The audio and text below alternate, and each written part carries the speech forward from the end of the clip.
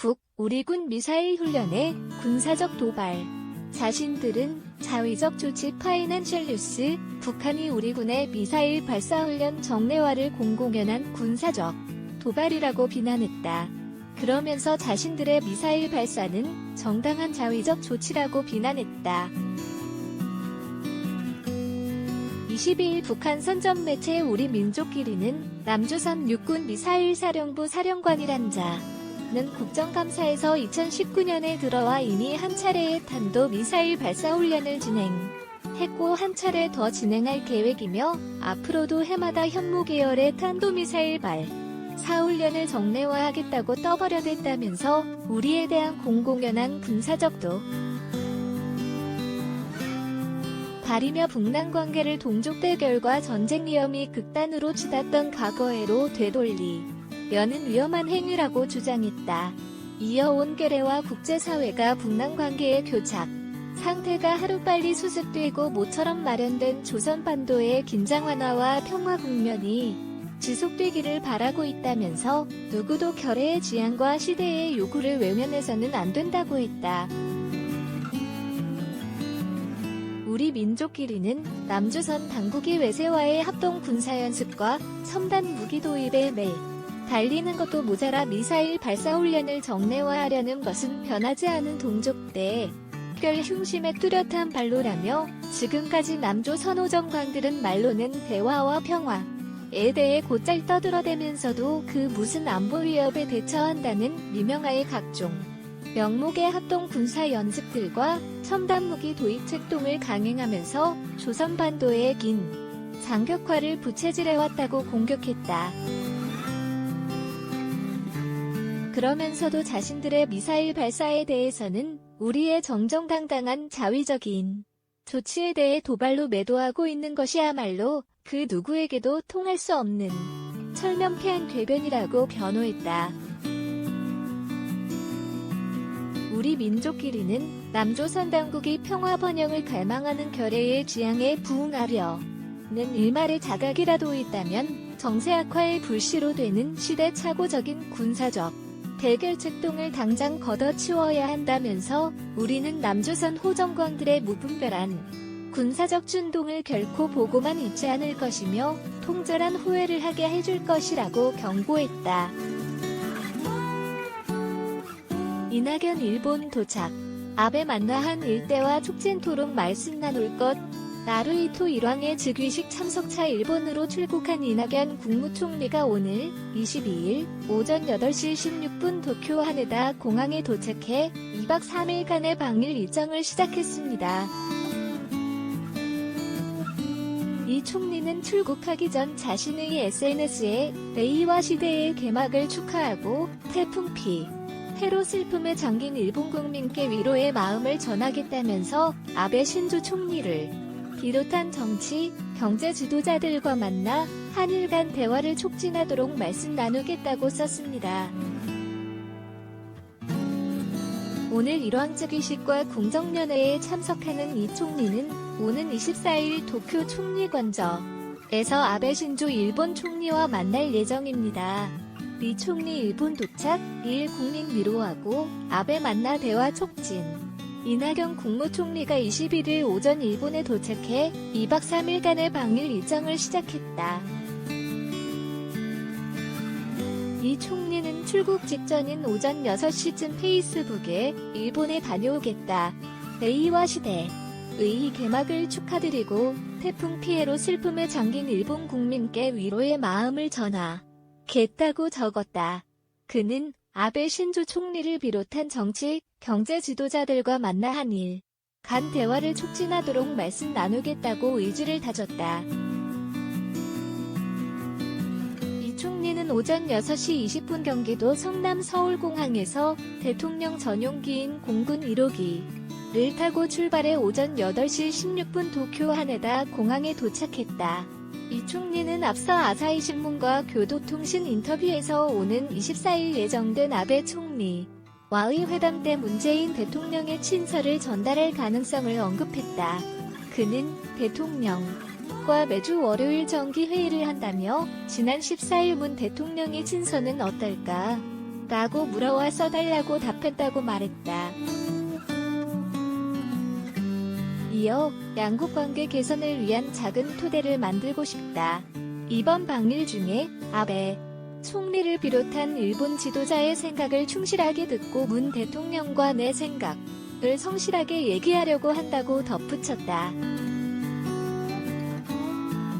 이 총리는 21일 오후부터 도쿄 왕궁에서 열리는 나루히토 일왕의 즉위식에 참석하며 일정을 시작한다. 23일에는 모리요시로 전 일본 총리와 면담하고 저녁에는 아베 총리 내외가 주최하는 만찬에 참석한다. 마지막 날인 24일에는 아베 총리와 공식 면담을 통해 문 대통령의 친서를 전달할 예정이다. 방위비 분담금 협상 본격 돌입. 미 기존 틀 뒤흔드나. 하와이 호놀룰루에서 22일 현지 시각 제11차 한미 방위비 분담금 협상이 시작됩니다.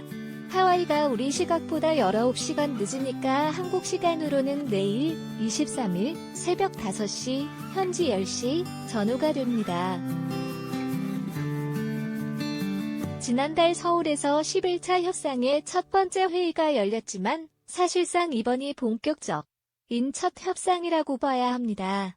우리 측 새 협상 대표인 정은보 대사가 임명된 후 첫 자리이기 때문입니다. 지난번 타결까지 꼬박 1년, 올해는 당장 내년 1월부터 적용돼야 할 분담금 협상인데 10월 하순에야 본격 협상을 시작하는 것이니 솔직히 많이 늦었죠. 그래서 협상이 타결되기까지 몇 차례나 회의가 열릴지 올해 안에 타결은 될 수 있을지 궁금한 게 많습니다. 지난번 10차 협상 때를 돌아보면 대강의 흐름을 예측할 수 있을 텐데요. 우선 첫 회의는 2018년 3월에 열렸습니다. 서울과 하와이를 오가며 모두 10차례 회의가 진행됐고 협상 타결과 서명까지 꼬박 1년이 걸렸습니다. 지난번 최종 한미 1조 1,500억 원, 1년 PS 한 1조 원 미만 5년. 당시 한미 양측은 9번째 회의를 마칠 때까지도 거의 진전을 이루지 못했습니다. 그만큼 한미 양국이 강경하게 맞섰다는 얘기입니다.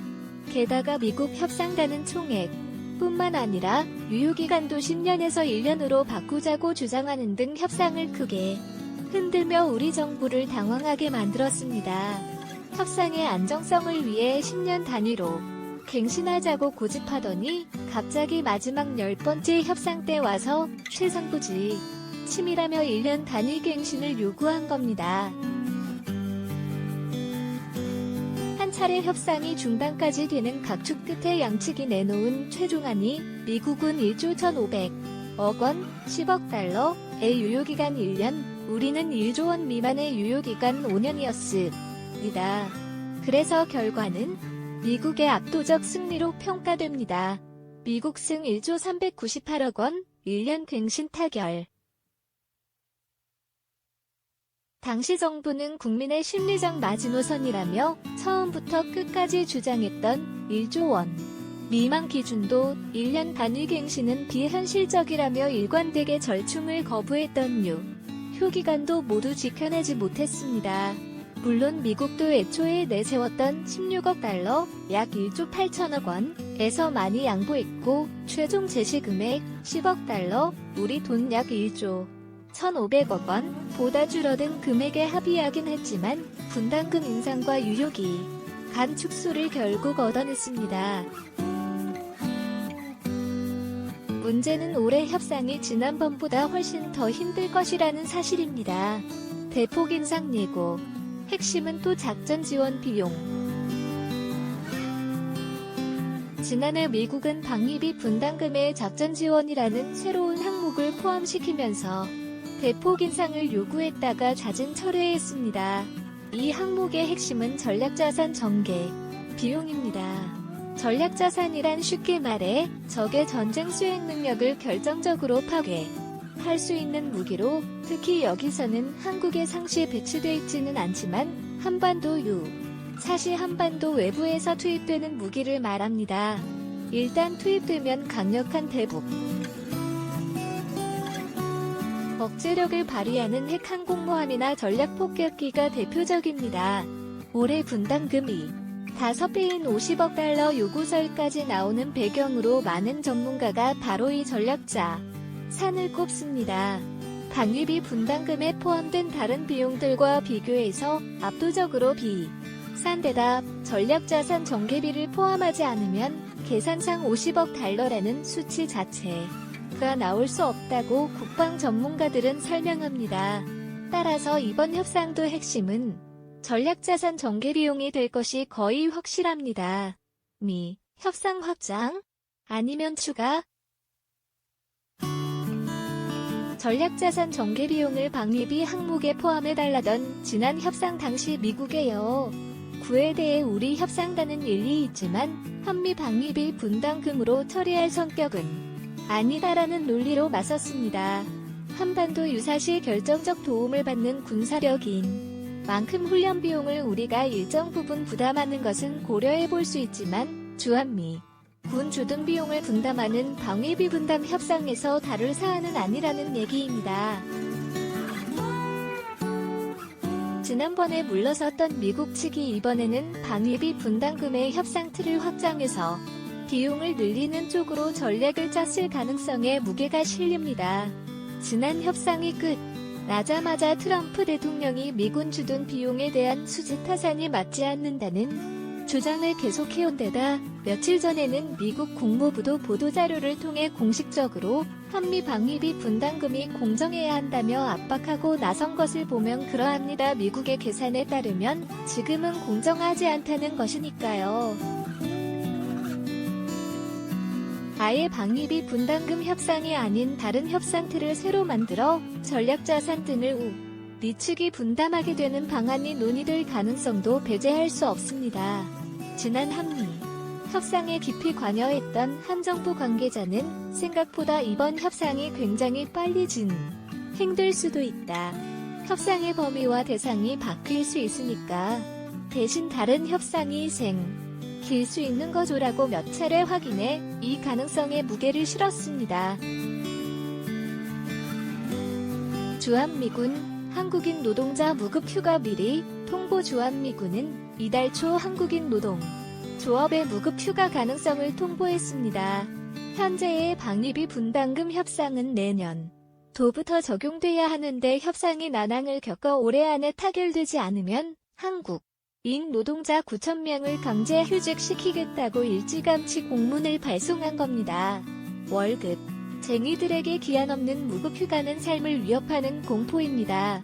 그리고 협상에 나서는 정부에는 엄청난 압박입니다. 미국의 예상된 압박 논리에 우리 협상단이 얼마나 정교하고 단단한 논리를 준비했을지 또 여야 가리지 않고 이번엔 참지 않겠다고 목소리 높였던 정치권이 얼마나 자신들의 말에 책임지는지 지켜봐야겠습니다.